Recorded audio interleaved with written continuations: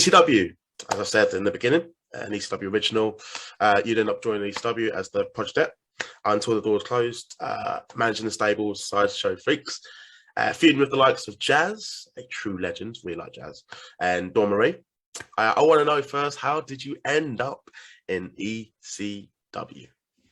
Well, I began to develop a hardcore style. There were pockets where there weren't a lot of women to wrestle. Mm-hmm. So in order to make it kind of get over better with the promoters, doing hardcore matches intergender kind of made a little bit more sense to the promoters. And Teddy Long and Rocky King, Rocky just passed away, rest in peace, sir, gave me an opportunity to, work on their shows and do the hardcore matches versus the men. And then I started to kind of develop quite a repertoire in hardcore style. And I had access to tapes of getting my work recorded. So I was submitting that as it wasn't like it is now where you just have your phone and anybody can. It'll be on YouTube like that. Yeah. It's a lot of effort to actually get somebody with a camera to record you and then get a tape to submit. Yeah. So I started submitting that tape around, and then I started campaigning and going to the ECW shows and working out before the shows.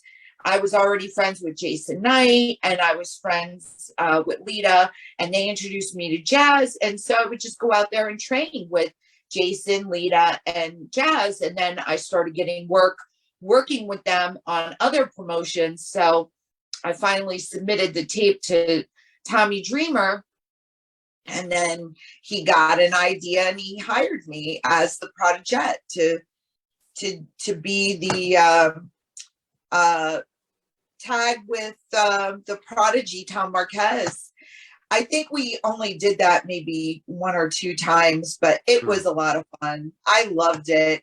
It was great. And all of the guys were so great to me. They really were. And they were so talented, man.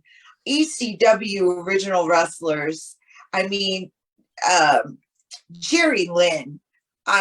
Jerry Lynn, Rob Van Dam, Mikey Whipwreck, Danny Doring, the Amish Warrior.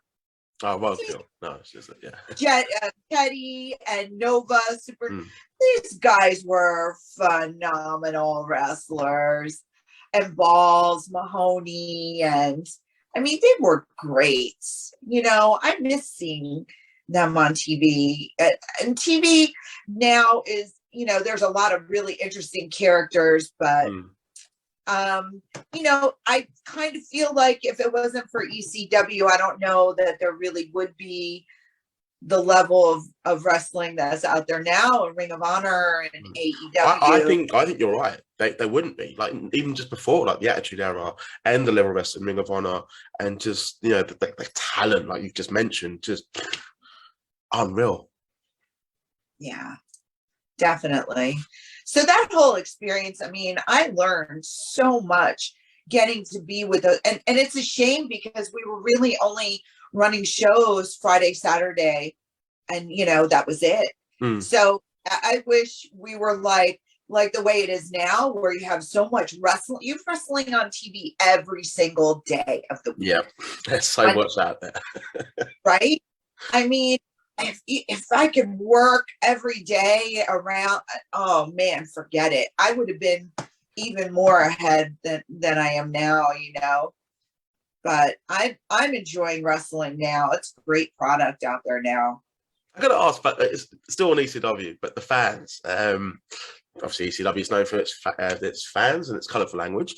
There are some times where I think you'd be in the Ring of Jazz with Dawn Marie, and they'd be shouting things at you like she's a cracker or she's got this STD. What was your first reaction to being in an ECW ring and hearing all this being chanted at you? Did you embrace it? Did you like it, or was it a bit like, a bit drawn back, withdrawn from it? Oh no, I was like, yeah, I'm doing my job. They hate the business as much as they can. And that was really applause for me because I was a heel. So I was like, yep, I got them. The louder they chant, the happier you are. Yeah. The bad they were, the greater it was. I was like, yeah, yeah. Like I'm shaking my head, and I'm like, I'm loving it. I'm like, oh, this is awesome. Only in wrestling can that be a compliment to getting charges of crowd call. Yes. Only if you're the bad guy, Oh yeah, I mean, if you're good. If you're the hero, change direction, become a heel immediately. Capitalize on the movement going on in the crowd. Definitely. If I was to do some of the chants that they did in ECW at like football, or as you guys call it, soccer, I'd be removed immediately. So I love wrestling. Just a few things that I want to ask more about ECW. Just one person that hasn't been mentioned, might be a surprise to the listeners. Paul Heyman, the creator of ECW. How many interactions did you have with him, and what was he like overall to deal with?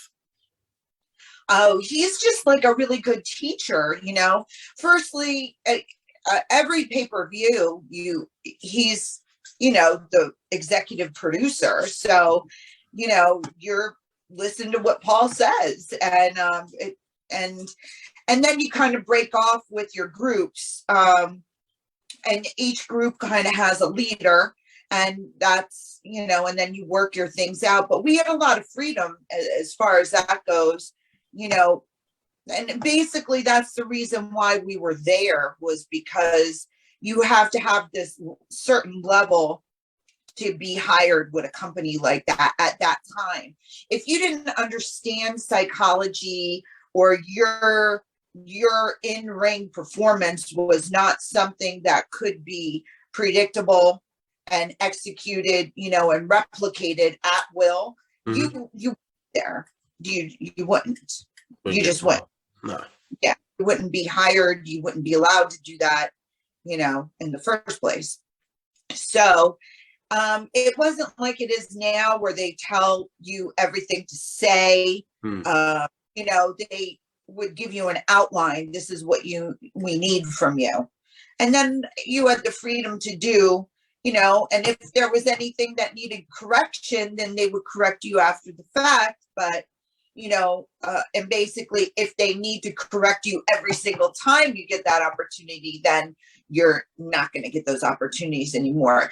You should be able to figure that out after somebody tells you something the first time. If they have to keep telling you the same thing, and you don't get it, then you're not going to keep that opportunity. Waste their time. Yeah, you're not absorbing what I'm telling you, this information. It's just going over head, and just, why am I bothering? I can understand that. Been very frustrating for the talent and for those that aren't willing to learn. Yeah, I mean, for everybody else that's at that level, you can't hold them back with your stuff. You're just not ready yet. So you go back down the ranks and, get more training, get repackaged, and try again later after you do figure it out, and you can, give them what they're asking you to give them, Okay. Yeah, that's about it. I mean, Paul was great to work with. He's really everything you would expect him to be honest. He's a great teacher, and he's a genius. And it's like he'll tell you something, and it's like somebody turned on the light for you and you were in the darkness before, and you're like, wow, like that's brilliant. And the more that you're around him, the more that you will think like him. There were a couple of other people that were in the locker room that were really great leaders. Of course, Simon Diamond was one of them. That's why he had that group. Pat Kinney was great to work with. He's a genius in his own right, obviously, because look at his career even after ECW, and even still now. And working in Impact for such a long time. Yeah. Yeah. And I would say Ravens, Scotty was another person who was a great teacher and who could really help you polish up. And of course, Jerry Lynn, And New Jack was great. I want to hear about New Jack. True. Really, he could really wrestle. He would do clinics before the show and really get in there and teach people. And he was a great wrestler and he was a great person, but he was very misunderstood. Yeah. You know, and for that, I'm sad because he was a dear brother to me and he really helped me a lot. And he helped me polish a lot, actually, to get me ready for TV. It's kind of a little bit different. If you're used to working wrestling shows and then you go on to TV, there are things that you need to know, to be aware of. And, you know, if somebody doesn't tell you those things, you're not gonna learn it just on your own. You can only do so much self-correction without somebody from the outside who is an expert looking in and giving you those pointers to help you polish. And you should always look for those opportunities because that is the kind of stuff that will hold you back from going to the next level. And you shouldn't let anything hold you back from going to the next level. If you do all this work, it's, you know, reasonable and rational, logical that you would push forward and, you know, keep correcting until you can polish yourself to get that opportunity. I didn't realize New Jack was that important to you in your career. That's awesome. It made me smile a little bit because I loved him. And obviously, Western World Boston last year, which is a bit sad. But obviously, I think everyone sort of embraces how great of a character he was, fans and his colleagues as well. Thing I like about ECW, we're talking about it in 2022. Fans still talk about it, and I've had guests previously, Just Incredible, Chili Willy, and they've embraced how much ECW was like a family. You know, backstage, you wanted to help each other. After or during it that you would actually train the late Chyna. I think we just actually come to a 6-year anniversary of her passing, but I know you had her first match, or was it the other way around? No, she was my first match. Oh, okay. She was my debut pro match. She had already wrestled. I think she'd only wrestled one other girl though, and she had wrestled mostly men. So she came down to Florida and was training with my trainer, Liz Chase, because she wanted to train with women. And it's very sad that it's been that long. She was a great person, a great athlete.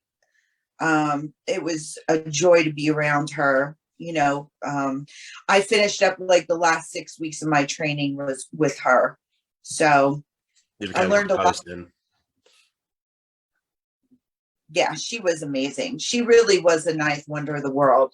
I mean, watch her work out in the gym and throw those weights around. I'm telling you, she was phenomenal. Really amazing athlete. I mean, she leg pressed this leg press machine. She had every single weight that you could put on it. And then she asked me to sit on top of it. And she leg pressed that. And I'm not for just one or two. She leg pressed that thing for like 15 to failure till she couldn't do anymore. Yeah. And everybody watching like, whoa, at the gym. Yeah, she was phenomenal. No, that's awesome. I mean, like, she was a trailblazer. I mean, just not just for women's wrestling, but for wrestling in general. And the fact that she's talked about to this day, you know, I mean, hopefully she does get that Hall of Fame induction solo